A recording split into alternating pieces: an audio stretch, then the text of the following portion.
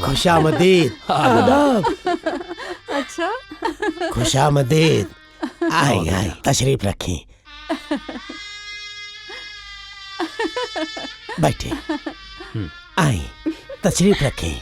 आई जी, बैठे। आई आई ऐजा।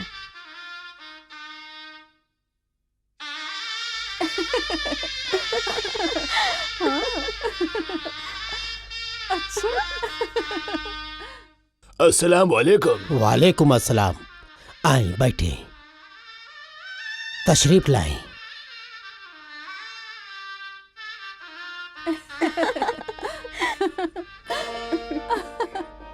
अख्तर महमूद इब्ने आरिफ महमूद आपके निगाह शहनाज बानो बिन के महरूम तालिक अली बेग के साथ बेवज़े मौज़ल नक्त मेहर 5 लाख रुपया सिक्का राइजुल वक्त के 2 गवाहन के आपके निगाह में देहनी आपके कबूल बा? जी हम कबूल कैनी। आपके कबूल बा? जी हम कबूल कैनी। आपके कबूल बा? हम कबूल कैनी।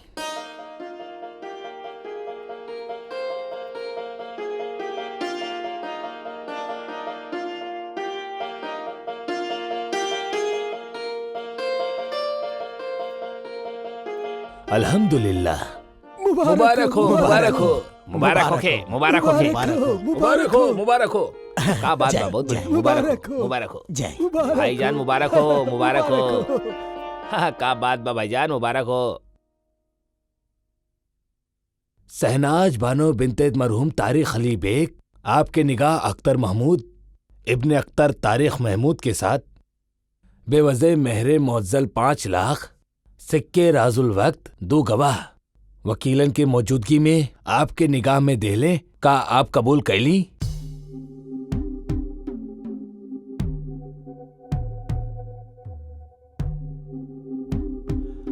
आप कबूल कैली?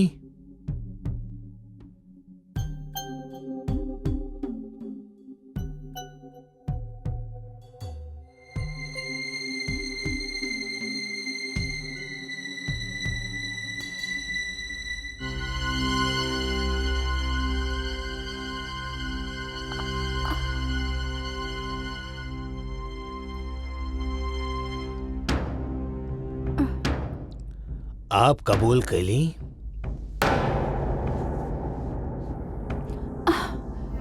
बोला शहनाज। आप कबूल कैली? बोला शहनाज।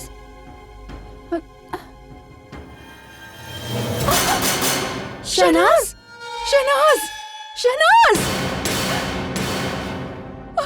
ना, ये क्या हो गया शहनाज के? शहनाज। हो गई कोनो बात बका? शहनाज, देखा है कि शहनाज। कहाँ हो गई? शहनाज, शहनाज, शहनाज।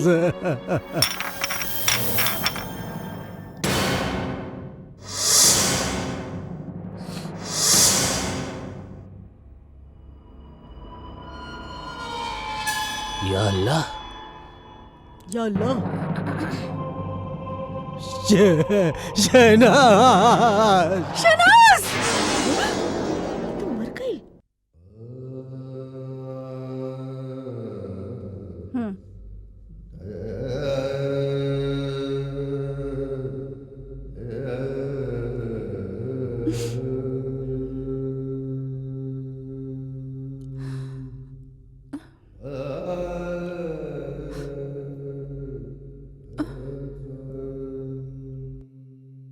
बेटा अख्तर, शहनाज के मौत के सदमा हमने सबके खातिर कोनो हादसा से कम ना। बाकी बेटा, जिंदगी और मौत तो अल्लाह ताला के हाथ में होला, हमने इंसान के ना। हमने ओकर मर्जी के आगे बेबस बानी बेटा। अफसोस अपना बेवसी के ना हामी। अफसोस तो ई बात के हकी शहनाज ऐसन काहे कैलस। अगर ओकरा के रिश्ता मंजूर ना रहल था साफ तौर पर इनकार कर सकत रहल। ओके तो पूरा हक रहल। मजहबी एतबार से ही गलत ना रहल, लेकिन उ तो जब तमाम रस्म पूरी हो चुकल तो ऐन निकाह के वक्त ओकर खुदकुशी करब हमरा खातिर एगो पहली बन के रह गई। अम्मी, हमके तो आज भी वो दिन याद बा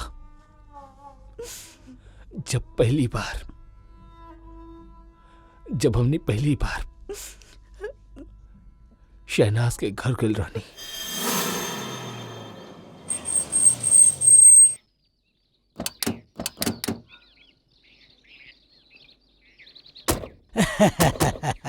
अस्सलाम वालेकुम। वालेकुम अस्सलाम। वालेकुम अस्सलाम। तशरीफ रखें। आइए आइए ना, आइए साहब, आइए अख्तर मियां, आई आइए आइए आइए जनाब, आइए आइए साहब, आइए तशरीफ लाई। आई जी आइए, बैठी। तशरीफ रखिए। तशरीफ रखी। सलमा, जेबू आपा, जी हम अभी आवतनी। जज साहब, ई घर में आपके कदम का पड़ल, सारा घर रोशनी में नहा लेहलस। सुल्तान मियां तनी संभल कर हल जाई, आपसे रोशनी मांगे आयल बानी जा। ये हमार खुश नसीबी जज साहब कि आप हमरा से कुछ मांगनी। आओ अस्सलाम बेटी। वालेकुम। वालेकुम अस्सलाम। रख दें। आप लोग ले जज साहब। भाई अब ही सब कुछ ना, जब तक हमनी अपने बहू के ना देख लिहल जाए तब तक ये सब ना ले। जी ठीक बा। सलमा बानो, जी जरा शहनाज के ले आई। लावतानी भाईजान। जी अब ही आवत आ रही।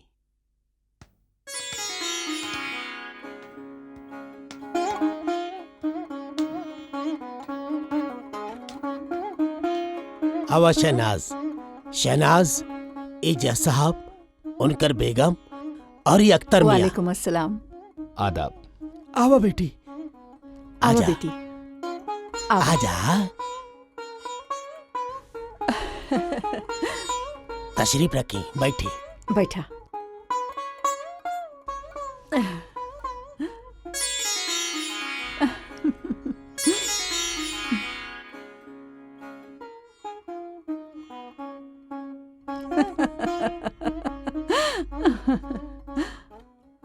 जैसा अब हम आपके तरह पढ़ल लिखल तो ना हैं, लेकिन अपन बेटी शहनाज के तालीम और तरबियत में कोनो कमी ना रखली। सुल्तान साहब, ई तो सारा दुनिया जाने ले कि आप रिश्ता में शहनाज के बहनोई लगीला, मगर प्यार बाप के दहले बानी। और शहनाज के देखल तो एक रस्म रहे, सो देख लेनी। काहे रजिया? जी बिल्कुल, आप ऐसा समझी कि हमके शहनाज पसंद बिया। हमनी के तरफ से रिश्ता पक्का। जी शुक्रिया, लेकिन हम अख्तर मियां के भी राय जानल चाहता नहीं। काहे ना? जी सुल्तान साहब, अम्मी और अब्बू की राय से हमके 100% इत्तेफाक बा। जियत रहा, खुश रहा, खुदा के रहमत बरसत रहे।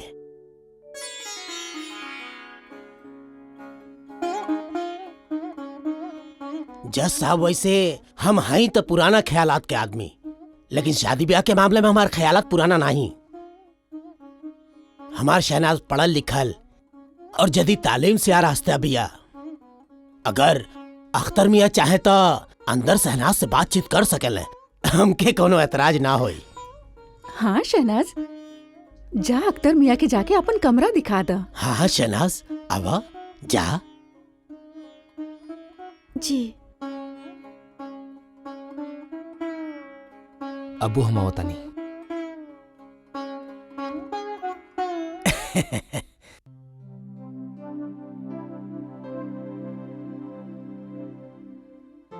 बैठी। पहले आप तशरीफ रखी। जी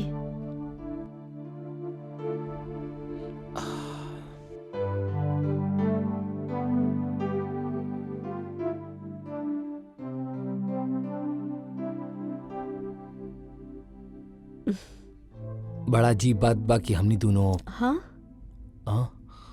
ना, हमारा मतलब बा कि बड़ा अजीब बात बा कि हमनी दोनों अपन जिंदगी के अहम फैसला करे खातिर मिलल बानी। ई फैसला ता उम्र के फैसला होगी, साथे जिंदगी बितावे के फैसला होगी। बस हम आपसे एक ही सवाल करल चाहता नहीं, हम आपके खामोशी के इकरार समझी या इनकार? अख्तर साहब, हमहू आपसे एगो सवाल करे चाहता नहीं। अगर हमरा के इनकार होत तो का हम ऐजा आती? हरगिज ना, जानता नहीं।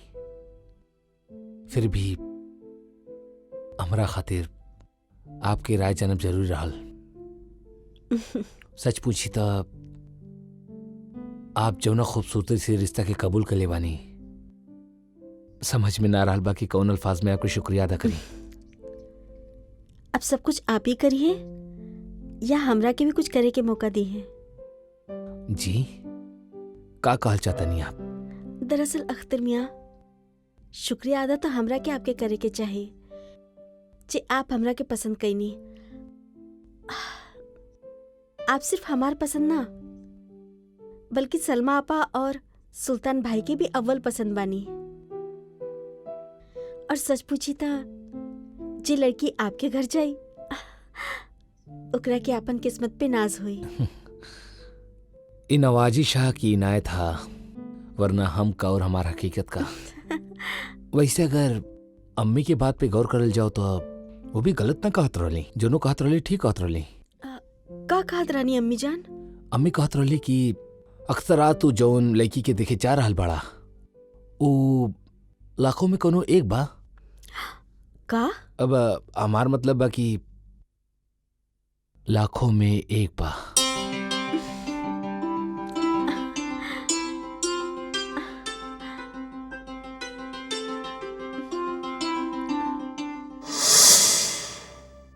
हाँ शहनाज, तो वाकई में लाखों में एक रहलू।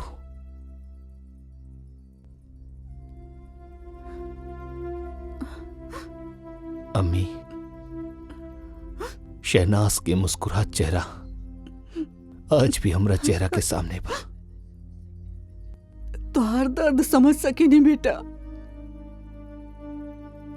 लेकिन फिर भी ये बात बड़ा हैरत के बा। निकाह के रस्म से पहले जब भी हमने उनके घर गई नी, शहनाज हमेशा हमके सलीका पसंद, नेक दिल और बहुत सुलझी लड़की लागल। फिर निकाह में ओकर रजामंदी भी रहे, और अचानक ठीक निकाह के समय वो खुदकुशी जैसन गुनाह काहे कैली?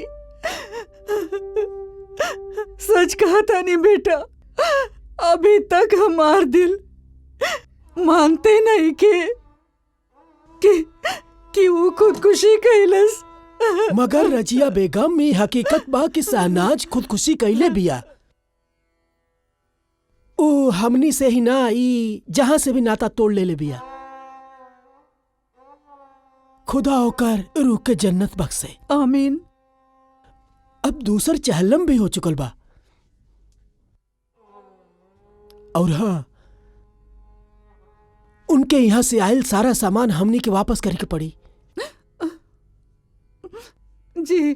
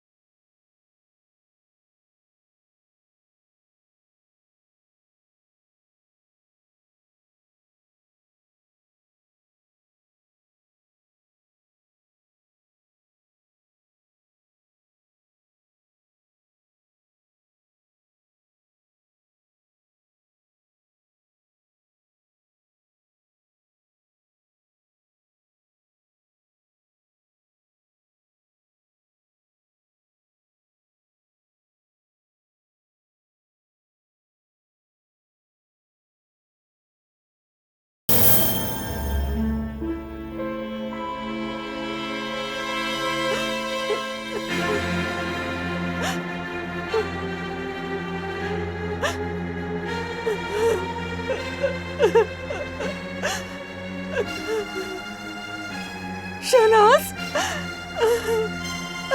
शहनाज, हमार बहन, शहनाज, हमार बहन, कहाँ चल गए तू हमके छोड़ के?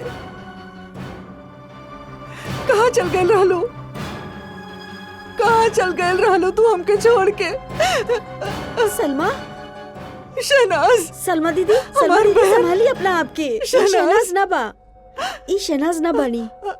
संभालिए अपना आपके।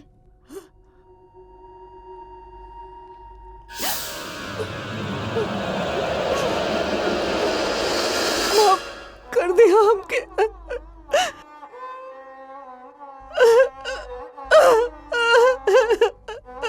सलमा दीदी, संभाला अपने आपके, संभाला अपने आपके। चुप करी सलमा दी, सलमा दी, आप इनकरा के समझाई ना।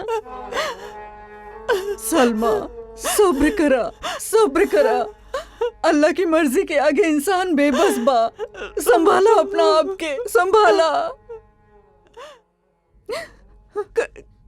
कैसे कैसे संभाली? शहनाज हमार बहन ही ना, हमार बेटी रहे हो। और का अरमान रहे हमार दिल में ओकरा खातिर। हमार खुदा गवाह बा कि आज तक हम ओकर मर्जी के खिलाफ हम कोनो काम न कैनी। और हमके याद देखे कि शहनाज के कबो हमसे शिकायत होके या हमके उसे कबो ना। बाकी पता ना ऐसन कौन सा दुख रहल, ऐसन कौन सी बात रहल जे वो हम सबके छोड़ के चल गए। वो हम सबके छोड़ के चल गए। Morning, get be the marketing reports. Morning. Good morning sir. Good morning Anu. Sir interview 10 बजे शुरू करे के बा। ऑलराइट, अब वहीं 10 बजे में 3 मिनट बाकी बा। I know it sir. Send the candidates in. Okay. Good morning sir. Good morning Ramu.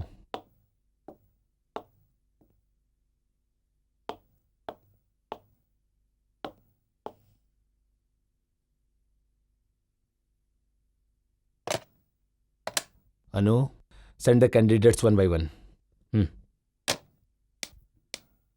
आप अंदर जाइए।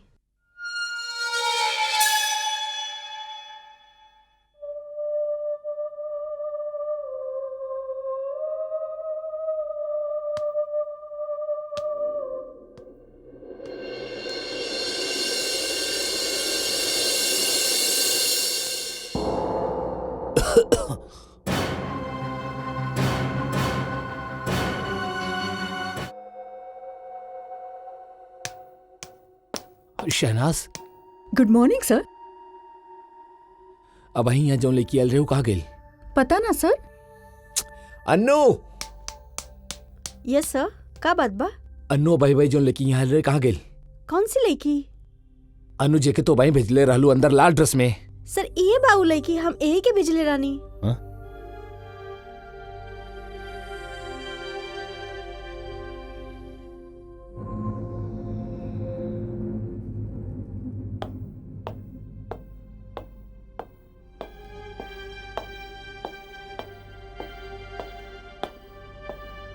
हेलो सिन्हा साहब। कैसन बानी अख्तर साहब? ठीक बानी। भाई आपसे जोन किताब के बारे में कहले रहनी, इन सर्च ऑफ द स्पिरिट, वो आ गई? 1 मिनट। हाँ,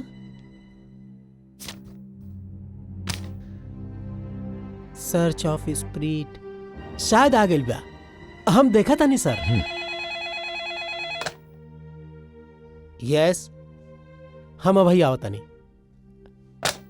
अख्तर साहब तनी इंतजार करी, हम अभी आओ तनी। Take your time.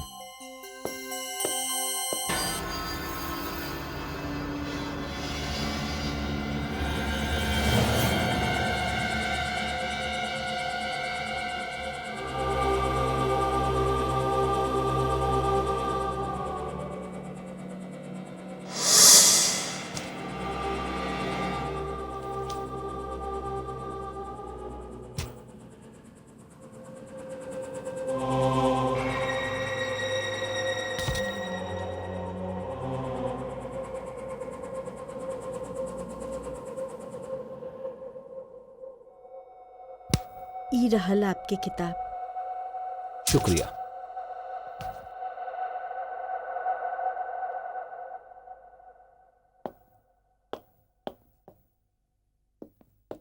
Sorry Akhtar साहब, आपके वेट करे पड़ल।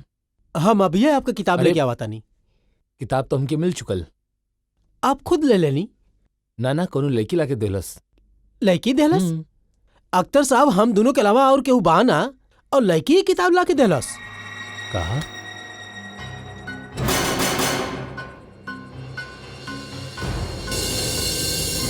शहनाज, शहनाज!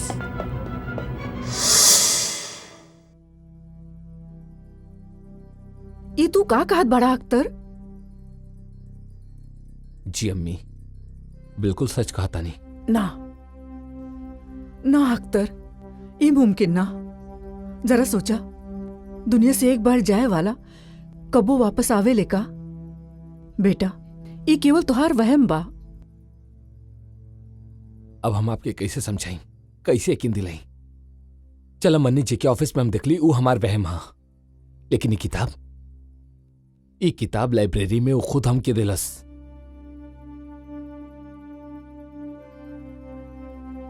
इन सर्च ऑफ द स्पिरिट? एकर मतलब बा तो कि हर लड़की के सूरत में शहनाज नजर आवेली। ना अम्मी, बाकी बेटा, तुहार कसूर नइखे। शहनाज रहे ही ऐसन लड़की, इतना हंसमुख, खुश दिल, सबके दिल जीत लेत रहे। ओके भूलल नामुमकिन बा। हमार भी बहुत अरमान रहे। वही घर में आई, ओकर पाजेब के झनकार से ई पूरा घर गूंज उठी।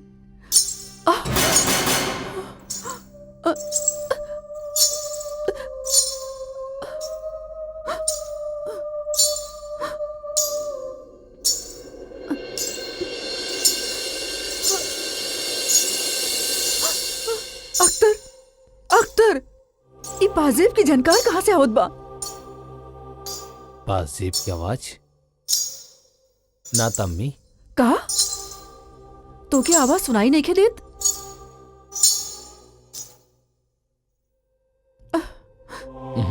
ना ता। का कहत बड़ा?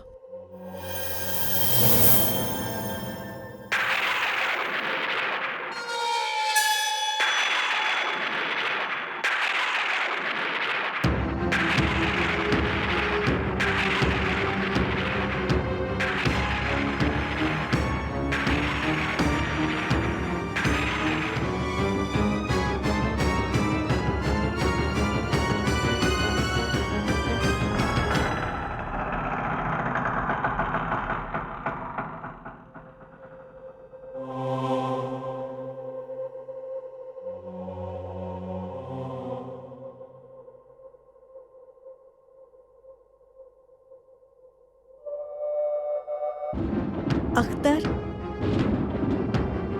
अख्तर, अख्तर, अख्तर।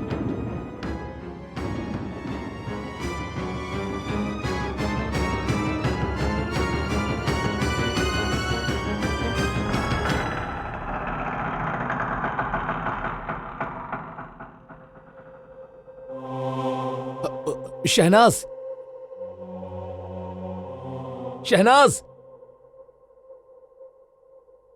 शहनाज, शहनाज, शहनाज, शहनाज। का बात बा अख्तर?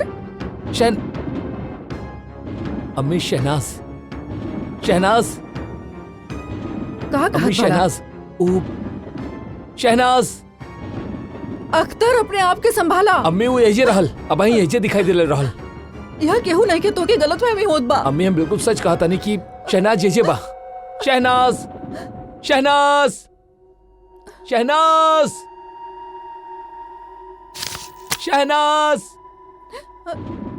शहनाज, शहनाज, शहनाज, शहनाज। अख्तर, अख्तर, अबू शहनाज आयल रहे। अख्तर, तोहर अम्मा हमरा के सब कुछ बता दली। का बता देली? यह कि आज ऑफिस में तोहसे शहनाज मिलल और वो लाइब्रेरी में तोहरा किताब देलस। हाँ अबू, बिल्कुल सच बा। और ये सब जौन होत बा का इहो सच बा? जी अब्बू। अख्तर हकीकत ई बा कि शहनाज मर चुकल बिया और ई दुनिया में ना बिया, और तू जकरा पीछे भागा तड़ा ऊ तुहार वहम बा, वहम। का ई सच ना बा कि तू शहनाज के जनाजा के कंधा देले रहला?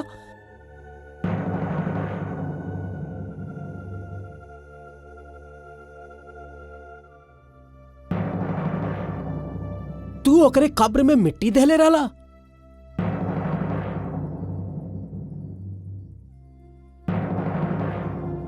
बेटा ऐसन होला, अक्सर ऐसन होला कि जौन अपन अजीज होले उनकरा गईले के बाद उनकर याद अपना दिल में घर कर जाला, और हम उनके ख्याल में देखिला, ख्वाब में देखिला, लेकिन तारे साथ जौन होत बा ऊ हकीकत ना बा।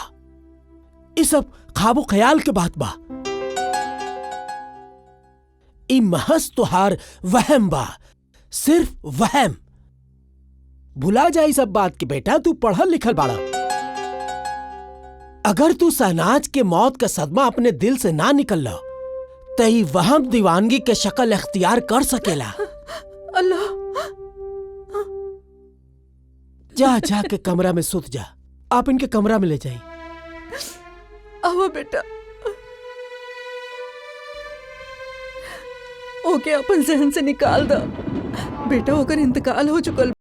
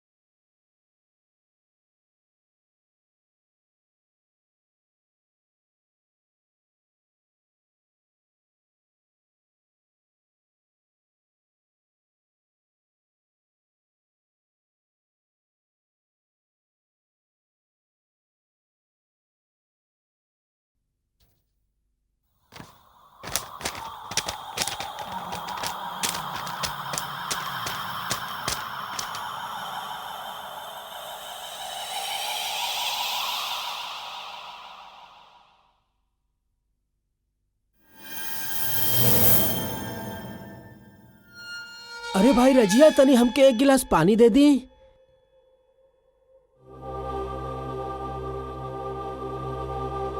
का अख्तर सुत गईल? भाई हम तो उम्मीद करता नहीं कि इतना समझौला के कुछ तो असर हो ओकरे पर। कुदरत के कोनो ऐसन करिश्मा होखे कि शहनाज के याद ओकरा दिल से एकदम निकल जाए, या फिर हम सोचा तानी कि शुक्रिया तनी हमार दवा ला दी कि हमारी केस खत्म होते ही हमनी कोनो हिल स्टेशन पे चल जाइल जा। अख्तर मियाँ भी वहीं साथ हुई हैं तो मुमकिन बा कि वहां के आबो हवा से उनका दिमाग बदल जाए, और फिर यहां से वो दूर रही हैं तो शहनाज के उनके ज्यादा याद।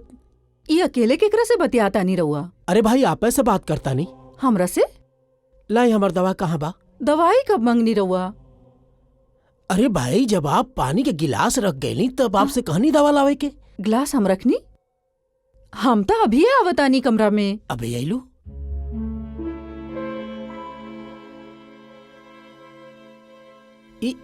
पानी के गिलास यहाँ के रख गए?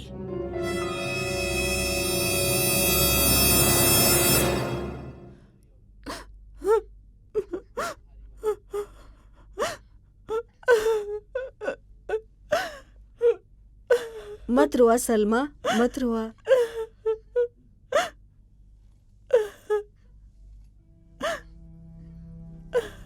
रो रो के तू का हाल बना लहलू आपन।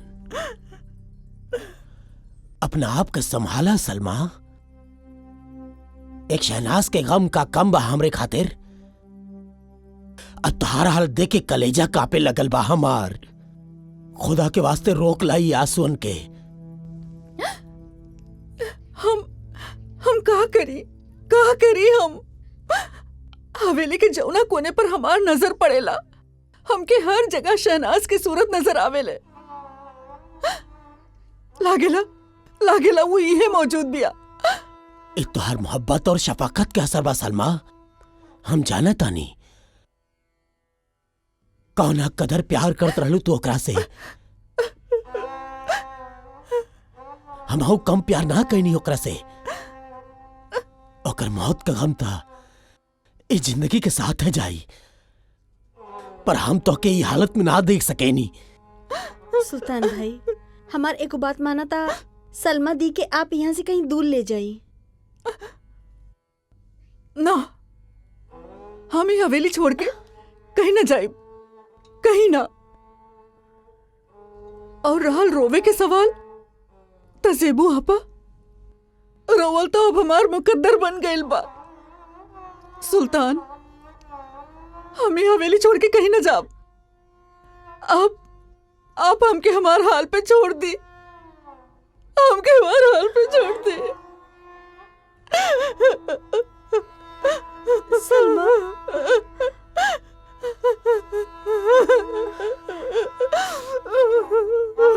मत रोआ सलमा, मत रोआ।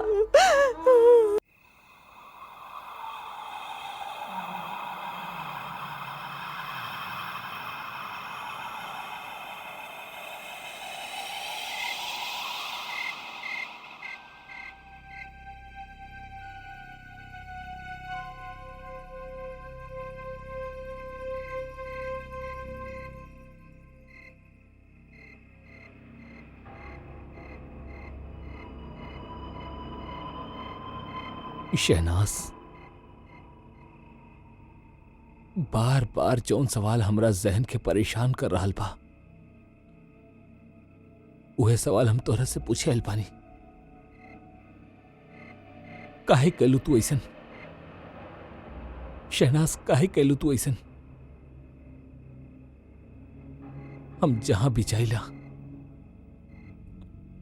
लोगन के सवालिया नजर हमरा पे उठेला, और जवाब में हम शर्मिंदा हो उठे नहीं। काहे कि इस सवाल के जवाब सिर्फ और सिर्फ तोहरा ही पास बा। शहनाज, का खतर रहल हमार, का कसूर रहल हमार? कौना गुनाह के सजा तू देले बाड़ू हमरा? कौना गुनाह के? शहनाज,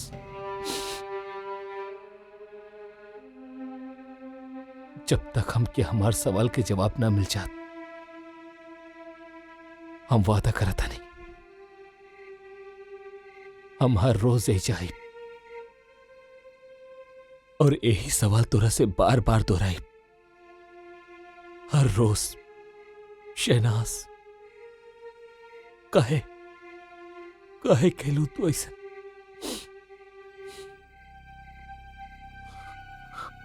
काहे कहलू?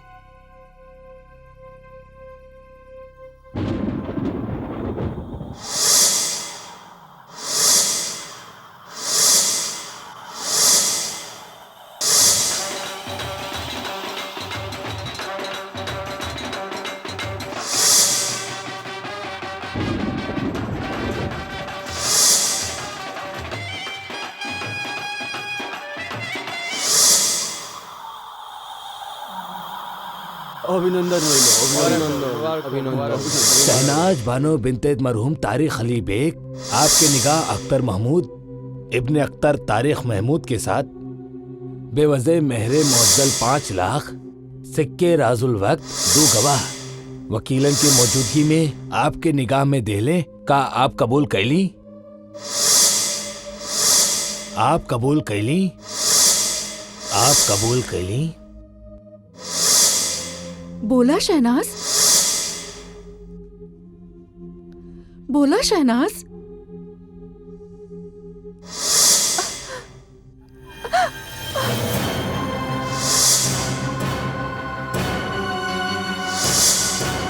शहनाज!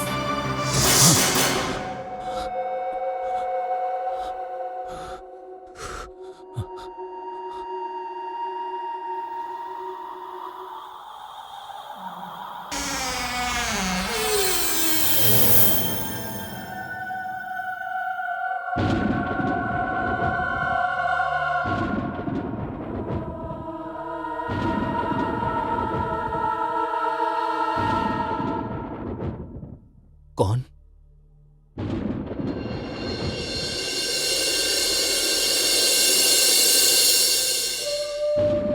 शहनाज?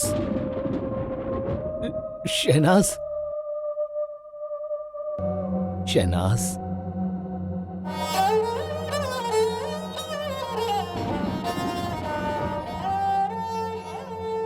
हाँ अख्तर, हम। शहनाज, इससे पहले भी तू नजर आयलू, फिर अचानक गायब हो गयलू। हम जिकरा से भी कहनी की हम तोरा के दिखले पानी, सब ओकरा के हमार वहम कह के टाल दिले। ना अख्तर, हम तो हर वहम ना हकीकत बनी। हाँ ई बात सच बा कि अब हम जिस्म ना सिर्फ एगो रूह बानी। यही सवाल तो हम तोरा से करल चाहता नहीं, काहे कैलू तू ऐसन? काहे तू कैलू खुदकुशी? ना अख्तर, हम खुदकुशी ना कईनी, बल्कि हमरा के मार दिहल गई, हमार कत्ल कर दिहल गई। हाँ, और यह सच्चाई बतावे खातिर आज हम तोहरा पास आई नहीं। हाँ कैसन सच्चाई शहनाज? अख्तर, हमार मौत के बाद जो गोलियन की शीशी हमार हाथ में पाइल गई, वैसा ही जहर हमार शरबत में मिलाइल गई रहे। शरबत में जहर? हाँ, और ई काम तब भइल जब हम अकेला रहनी, हमार आसपास केहू न रहे। तब जेबू अपा शरबत के गिलास लेके हमार कमरा में आई नी। एकर मतलब? ना अख्तर ना, इतना जल्दी कोनो नतीजा पर मत पहुंचा। अख्तर, आज जे बात हम तोरा से कहे जाता नहीं, अगर ई बात हमरा के आपन जीते जी पता होता। खैर, हमार कत्ल के साजिश के सिलसिला ऊ दिन से शुरू भइल जौना दिन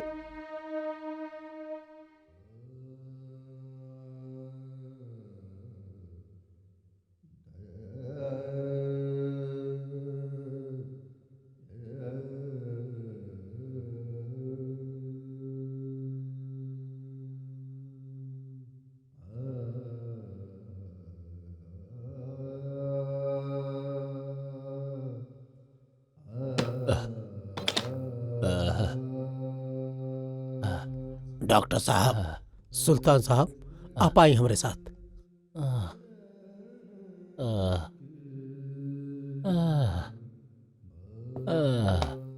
डॉक्टर साहब, फिक्र कहते कोनो बात नहीं खे। देखी, जितना हमरे बस में रहे हम कहीं नहीं, लेकिन अब दवा के वक्त जा चुकल बा। अब इनकरा के दुआ के जरूरत बा। हम चला तानी।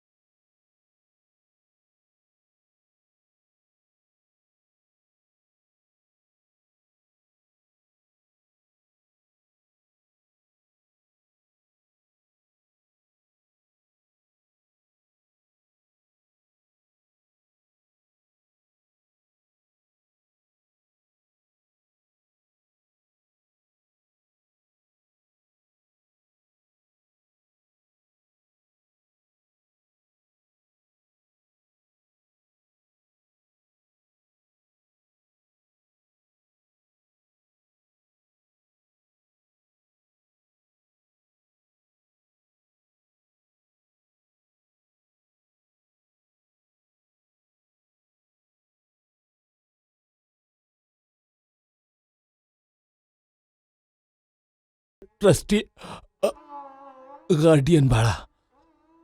देखिए सुल्तान, हमार शहनाज के ओकर हक केहू भी छीन ना सके। आप फिक्र ना करें मामू जान, जब तक आपके खादिम जिंदा बा हम केहू के हक मारे ना देब।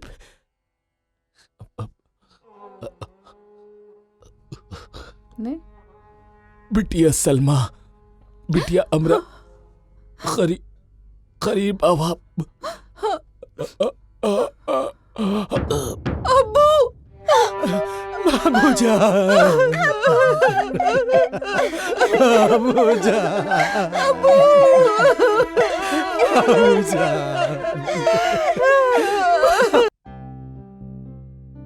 और ओकरा बाद सलमा आपा हमरा खातिर माँ बन गई नी और सुल्तान भाई बाप की जगह ले लेनी। ऊ हमरा के पढ़ैनी लिखैनी, हम बड़ हो गई नी। कई जगह से हमरा खातिर रिश्ते आइल लागल, पढ़ा लिखा शरीफ और अमीर घराना से। पर पता ना का बात रहे कि सुल्तान भाई उस सारा रिश्ता के ठुकरावत रहे। एक दिन बड़ा हैरत के बात बा, शहनाज खातिर जितना भी रिश्ता आयल तू सबके नामंजूर कर देले। का तोहार इरादा शहनाज के कुंवार रखे के बा? ना सलमा, आओ, ऐसन कोनो बात नहीं है। तो फिर का बात बा? अरे याद नहीं खे तोहरा के का बोले रानी हम मामू जान के? अरे हम अपने वादा से कैसे फिर सके नी? अल्लाह कोनो औलाद ना देले कर गम ना बा हमरा के। शहनाज ही हमारा अपन औलाद की तरह बिया, लेकिन ओकर भलाई बुराई के हम जिम्मेदार बानी। ओकर बुरा हम सोच भी कैसे सके नी? सलमा, ये जितना भी रिश्ता आयल ना, हमरे नजर में उनमें से एक भी हमार शहनाज के काबिल ना रहे। हाँ हाँ, हम जाना तानी कि आप शहनाज से बहुत मोहब्बत करेले। बाकी हम भी तो ओकर बड़ी बहन हई, हम कुछ नहीं की जानत। हमार शहनाज के निकाह जल्द से जल्द हो जाए के चाहिए। सुल्तान भाई, जज आरिफ महमूद आपन बेगम के साथ हमनी के घर तशरीफ लेनी है। का जज साहब? सुल्तान, ई जज साहब हमनी के घर काहे आइल बड़े, और वो भी अपना बेगम के साथ? ये तो हमरा खातिर बड़ा हैरानी की बात बा। जेबू आपा, आप नाश्ता पानी का इंतजाम करी। जी। आप आए हमरे साथ, चले। जी।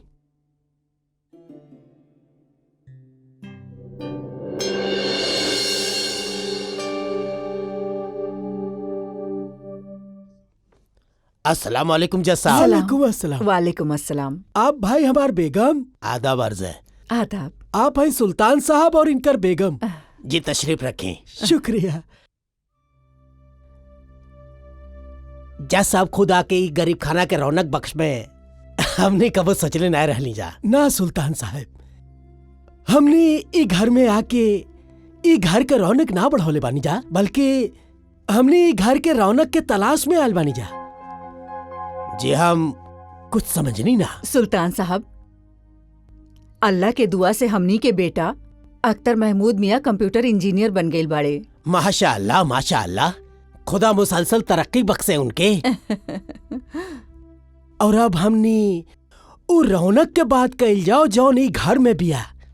उ जहाँ भी जाए रोशनी ही रोशनी बिखेरी। जी भाई, हमार मुराद नूरे चश्म शहनाज से बा।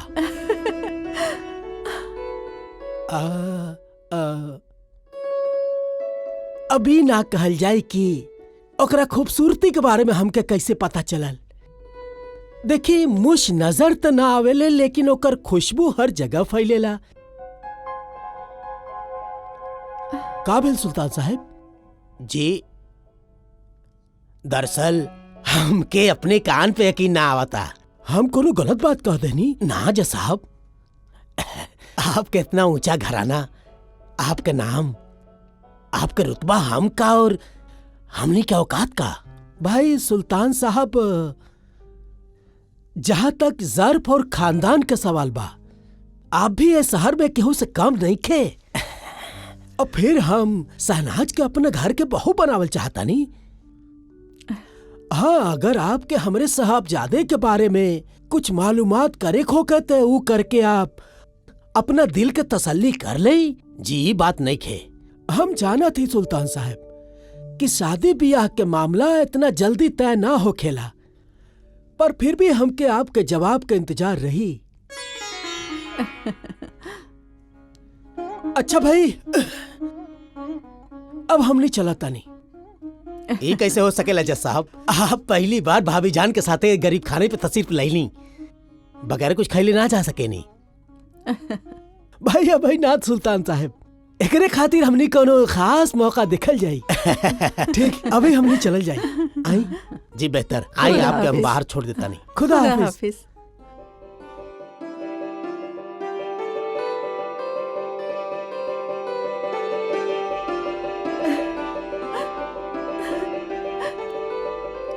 शहनाज,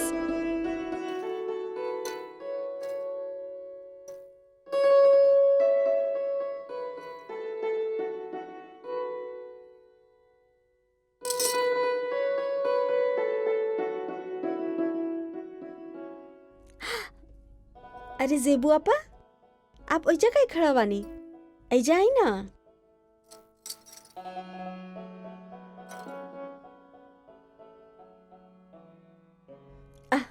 आपा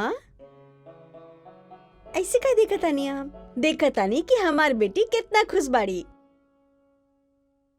हाँ जेबू आपा, आज हम सचमुच बहुत खुश बानी। का आप खुश नहीं की? अब हमार खुशी के का कदर और कीमत?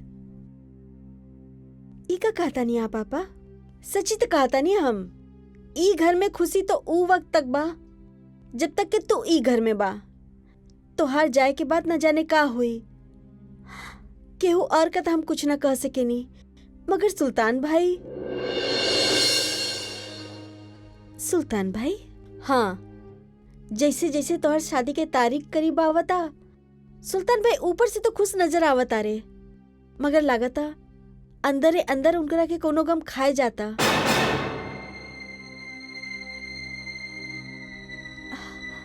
जीबू अपा, हाँ शहनाज बेटी, हम जाना था नहीं सुल्तान भाई के वो तोहरा से कितना प्यार करे नी। तोहरा जाए के बाद जाने उनकर का हाल हुई। एक बात बताई, तू सिर्फ आपन खुशी के बारे में सोचनी, सुल्तान भाई के बारे में जरा भी ना सोचनी। काहे ना सोचनी ज़ेबू अपा? जितना प्यार वो हमरा से करेनी उतना ही प्यार हम भी उनकरा से करेनी। ता अब भी वक्त बा, का तू इस शादी से इनकार ना कर सकेलू? शादी से इनकार कर दई? हाँ, इस शादी से इनकार कर दा, मत छोड़ के जाई घर के। ज़ेबू अपा, ये आप हमरा से का कहे चाहता नी? ई शादी से इनकार कई के हम हमेशा खातिर ई घर में रह जाई? हाँ, हम ये कहे चाहता नी, मत करी शादी, मत छोड़ के जाई घर के, तो हमेशा खातिर ई घर में रहा। सुल्तान भाई से शादी कई के आपा।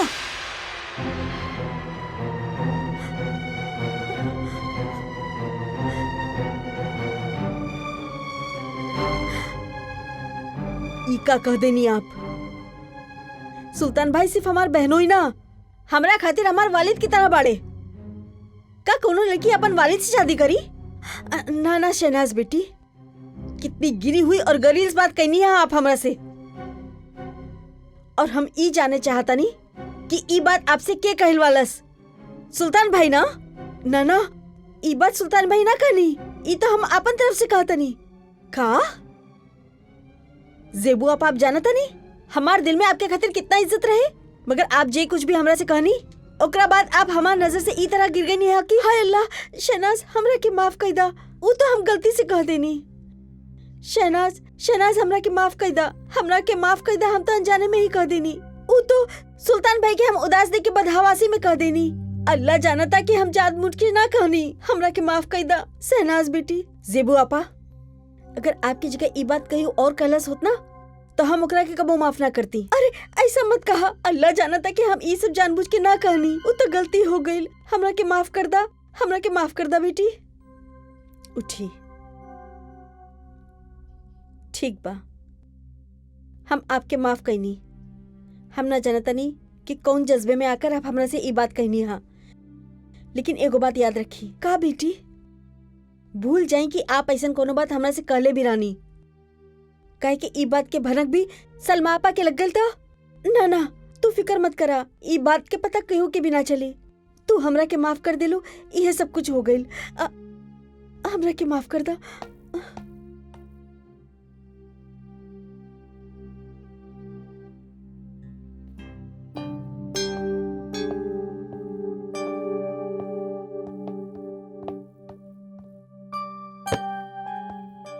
का भइल? सुल्तान भाई समझला कि आफत आता टल गई। का कहलसू? ओकर आँख से तो अंगार बरसे लागल रहे, शेरनी की तरह टूट पड़ल हमरा पर। अच्छा भइल कि हम ओकर कदम में गिरकर ओकरा से माफी मांग लेनी, वरना ऊ तो हमार आज खूने पी जात। तई चिंगारी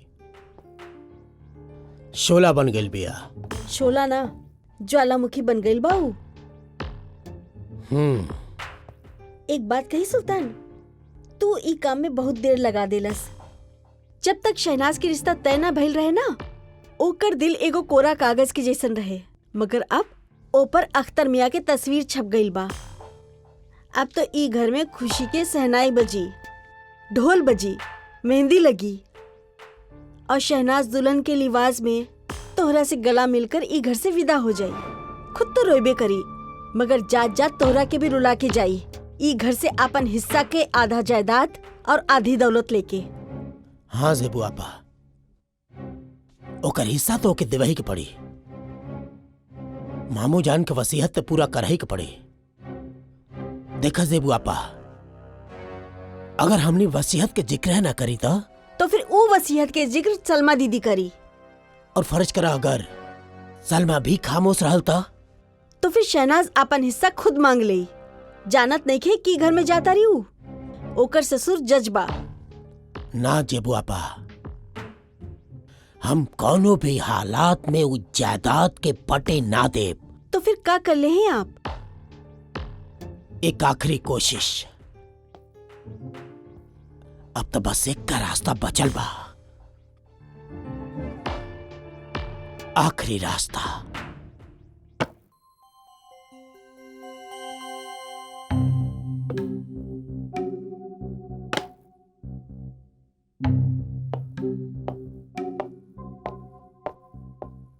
भाईजान,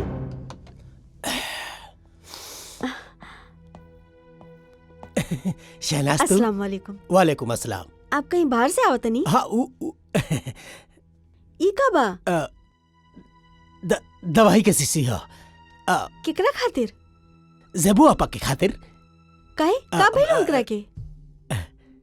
तबीयत ठीक न रहलन ओकर, हमसे छुपावे के आदत है। तोहरा के तो पता बा, हमरे से केहू ना बा उनकरे रही मारे उनका डॉक्टर। भाईजान, ऐसन का बात बा? अच्छा लाई, हम उनकरा के दे दे। ना ना, हम तो जाते रहनी। भाईजान दीना, दीना। अच्छा सुनी, उनसे कहल जाई कि सुल्तान भाई भेजले बाड़े। कह दे। जेबू आपा, जेबू आपा। हाँ शहनाज। जेबू आपा, आप भी कमाल के बानी, जाए हम हमसे बात ना करेंगे। काहे का कहनी हम? आप बीमार बानी और आप हमरा के बतावे जरूरी ना समझनी। हम बीमार? हाँ, सुल्तान भाई हमरा के सब बात बता देनी। हाँ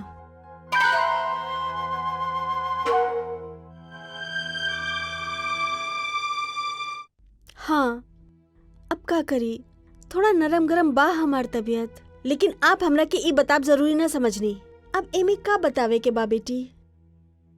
खैर छोड़ी, ई आपके दवाई बा, सुल्तान भाईजान हमरा के आपके देवे खातिर कहनी हा, लेकिन ई दवाई आप अभी हमरा सामने खाई है। ना ना, ई दवाई हम कैसे ले सकेनी? हमार मतलब बा कि अभी कैसे ले सकेनी? ई दवाई ता खाना खाए के बाद लेवे के पड़ी ना। खाना खाए के बाद ले लेब हम। पहले आप वादा करी पक्का दवाई ले लेबू। हाँ ले ले, पक्का वादा करी पहले। वादा? ठीक बा, ई ले।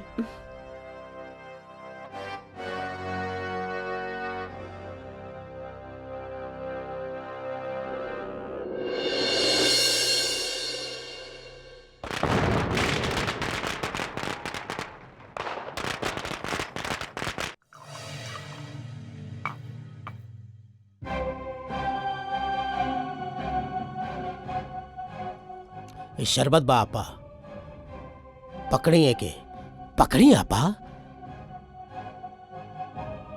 और शीशी में जहर के गोली बा, और ये काम बड़ा होशियारी से करे के पड़ी। हमार ता हाथ पैर का पता नहीं। ना जेबू आपा ना, अपना दिल पे पत्थर रख के ये काम करे के पड़ी। जैसे हम कहले बानी वैसे न करी। जाइए आप।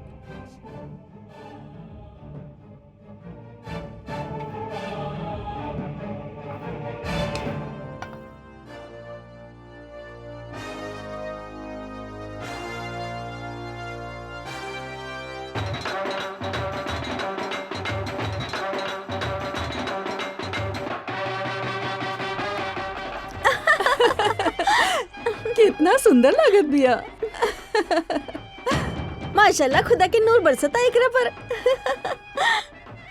अरे चला लेकिन बारात आ गई। अरे चलो चलो चलो। अरे चला चला चला, बारात आ गई।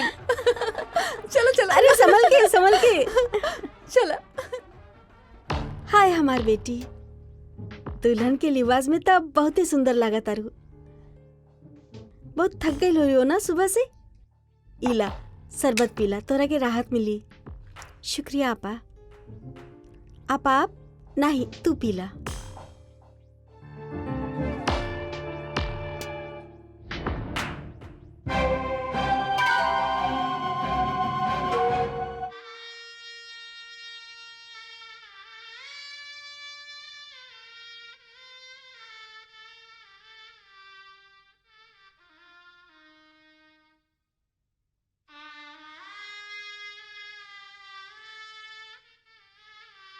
जी हमके कबूल बा। जी हमके कबूल बा। हमके कबूल बा।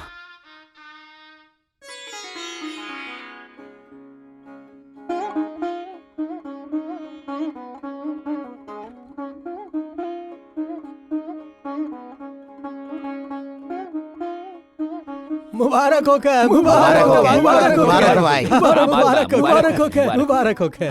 जय भाईजान मुबारक। मुबारक हो अख्तर मियां, मुबारक हो के। क्या बात बा, बहुत बढ़िया। मुबारक हो भाई, मुबारक हो, मुबारक हो के भाईजान।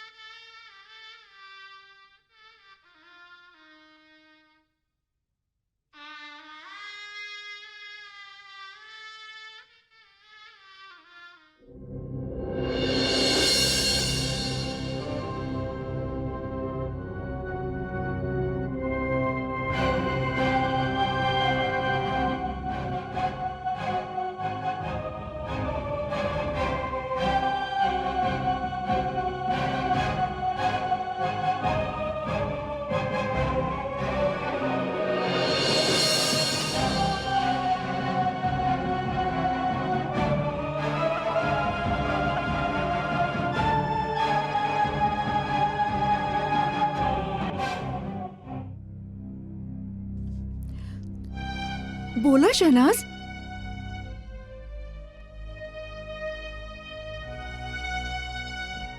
बोला शहनाज। शहनाज शहनाज शहनाज शहनाज। अन्ना। शहनाज, शहनाज। शहनाज, कहाँ भाई? शहनाज, शहनाज, शहनाज, शहनाज।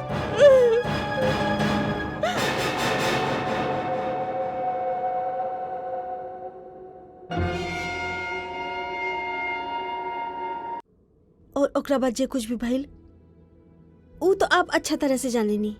यहो ख्वाब में भी ना सोच सकेला कि सुल्तान भाई और जेबू आपा मिलके तोहर कत्ल कर दी हैं। हाँ, लेकिन ऊ दोनों ही हमार कातिल बाड़े। कौना नजरिया से हम देखत रहनी ऊ लोगन के। अख्तर, का खून के रिश्ता ही रिश्ता होला? अरे जब इंसान एगो जानवर के पालेला तो ओसे भी ओकरा के मोहब्बत हो जाली। ऊ तो अपन पालतू जानवर के भी जहर न दे पावेला, पर ई लोग तो इंसानियत के सारा हद तोड़ देने वाले। मगर कानून के हद के ना तोड़ पाई हैं ये लोग। हम बात करब अब्बू से। अख्तर, अब्बू उनकरा के का बिगाड़ ली है? का सबूत बा? का सबूत बा ई बात के कि सुल्तान भाई और जेबू हमार कत्ल कईनी हा? के गवाही देई? ना अख्तर, कानून उनकर कुछ भी ना बिगाड़ सकेला। तोहर मतलब है कि तोहर कातिल इसने आजाद घूमत रही हैं? कौनो सजा न मिली उनके? सजा मिली अख्तर, सजा तो जरूर मिली। ये खातिर हम तोरा के सारा सच्चाई बताईनी हा। लेकिन शहनाज बगैर सबूत और बिना गवाह के हमने उनके कैसे सजा दिलाई? सबूत हम दे अख्तर। हम अपन कत्ल के खुद गवाह बानी और ऊ दोनों अपन जुल्म के इकरार खुद करी हैं। लेकिन शहनाज कैसे करी हैं? हम बतानी तोहरा के कैसे। तू अपन अब्बू के पास जा।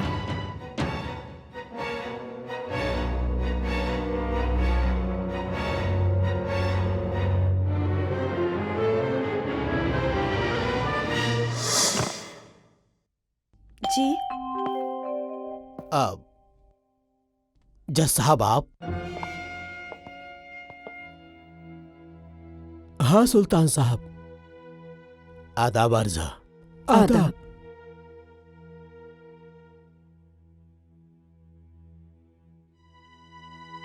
काहे सुल्तान साहब, का हमनी आपके घर ना आ सके नी? ना ना जज साहब, ऐसा कोनो बात नहीं है। आई आई तशरीफ लाई आई।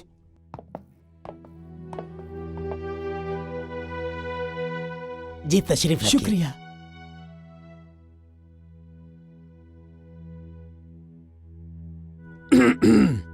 जज साहब, जब पहले आप लोग ये घर में आयल रहनी था, शहनाज का रिश्ता। शहनाज हमरा मुकद्दर में ना रहल। बाकी हमके लागत बा कि आप लोगन से हमनी के रिश्ता आज भी कायम बा। बहुत अजीम और नेक इंसान बानी आप। कहीं का खिदमत कर सके नहीं आप लोगन के। आदाब। आदाब। आदाब। कैसन बाड़ू सलमा?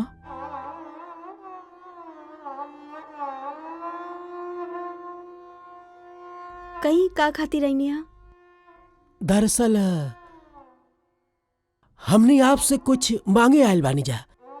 जज साहब ही आप का कहता नहीं, खुदा के कसम जान मांग के देखी। ना सुल्तान साहब, अब आप कहीं इनकरा से। सुल्तान साहब, दरअसल अख्तर खातिर हमनी एगो घर में रिश्ता भेजले रहनी। वैसे तो लड़की वालन के रिश्ता कबूल बा, लेकिन लड़की देखे के रस्म अदायगी अभी तक ना भइल बा। दरअसल बात ई बा कि उनकरा घर में एगो मौत हो गइल बा। यही से लड़की वाला चाहेले कि लड़की हमने उनके घर के अलावा कहीं और देखी। तो यही खातिर हमनी के आपके ख्याल आयल कि अगर हमनी लड़की के यही घर में देखल जाता, यही बहाने आप लोगन भी देख लिहल जाई।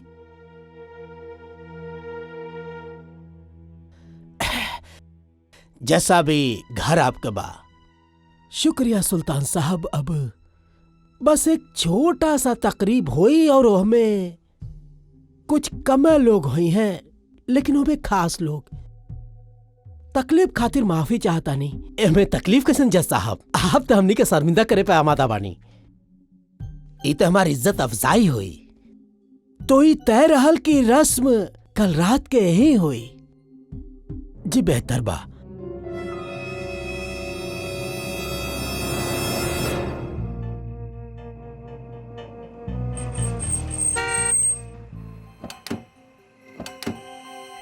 आए कुमार साहब। अस्सलाम वालेकुम। वालेकुम अस्सलाम। खुशामदीद। ये हमार दोस्त बाड़े सतीश कुमार। आदाब। आदाब अर्ज़ है। जी आई तशरीफ रखी। आई आई आई।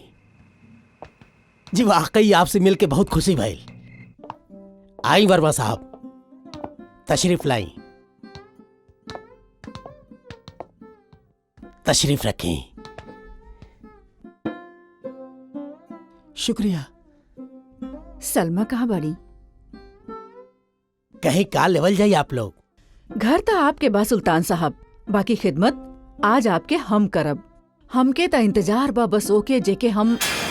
अरे ये बिजली कैसे चल गई? या अल्लाह। जेबू आपा जरा मोमबत्ती लाई।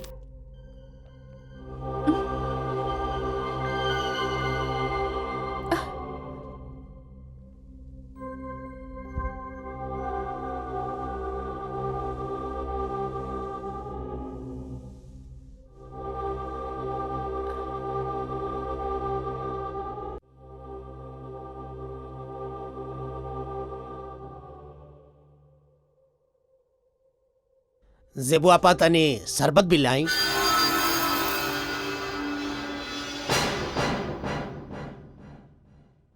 उहे शरबत जो उरत हमरा के पिलाइल गई रहे।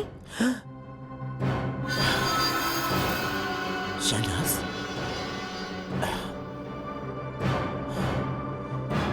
शहनाज,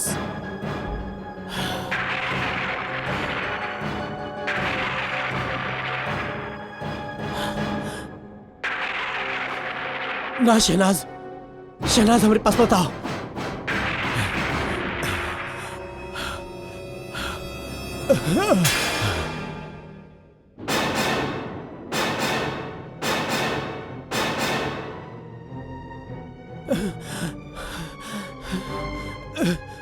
कहाँ बात तोहार ऊ साझीदार जे हमरा के उरत शरबत में जहर मिला के देलस रहे? बुलाओ ओकरा के, ना, बुलाओ ओकरा के। जेबू आपा, जेबू आपा।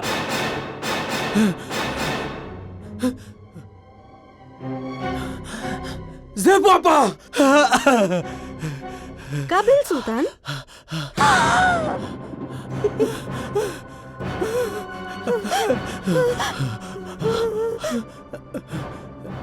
शहनाज तू? हाँ जेबू आपा, हम ऊ आपे रहली ना जे उरात हमरा के शरबत में जहर मिला के देलस रहे, जेकरा वजह से हमार मौत भइल रहे।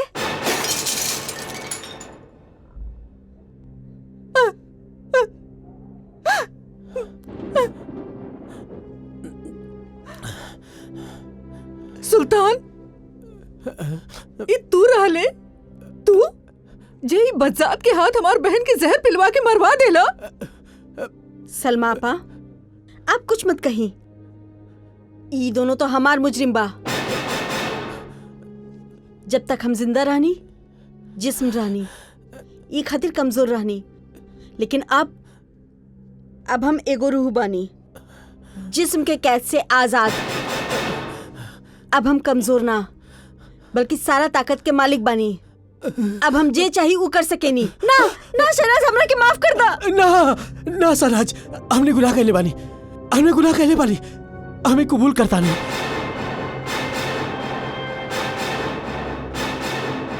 शहनाज, अपन रिश्ता के वास्ता में हमके माफ कर दे। गुनाह कैनी हा तो सजा भी भुगते के पड़ी। हमके माफ कर दे। बस हम इतना जाने के चाहता नहीं कि आखिर तू लोग ऐसा काहे कैले। मामू जान इंतकाल के पहले अपने वसीयत में जायदाद तू दोनों बहन के नाम कर डाले रहना है। तेरे निकाह के बाद ये आधा जायदाद तोहार हो जात। एक खातिर, एक खातिर, एक खातिर, एक खातिर। जेबू तू बतावा, ये खातिर सुल्तान के कहले पर हम तोरा के जहर देनी? हाँ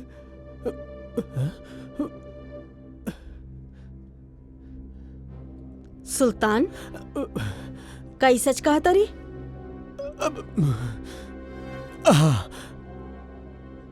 सच बा। तई सच बा कि तू दोनों ही हमार कातिल बाड़े?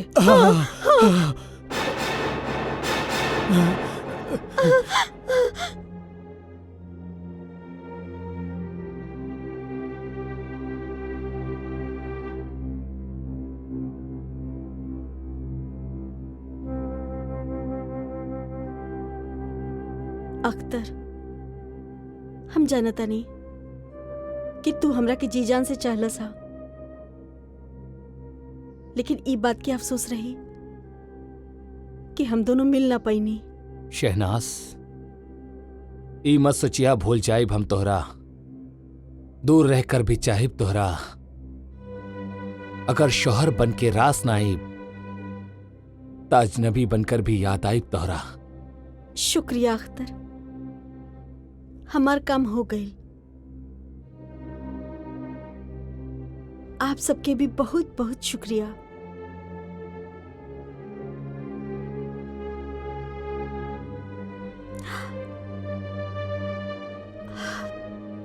खुदा हाफिज।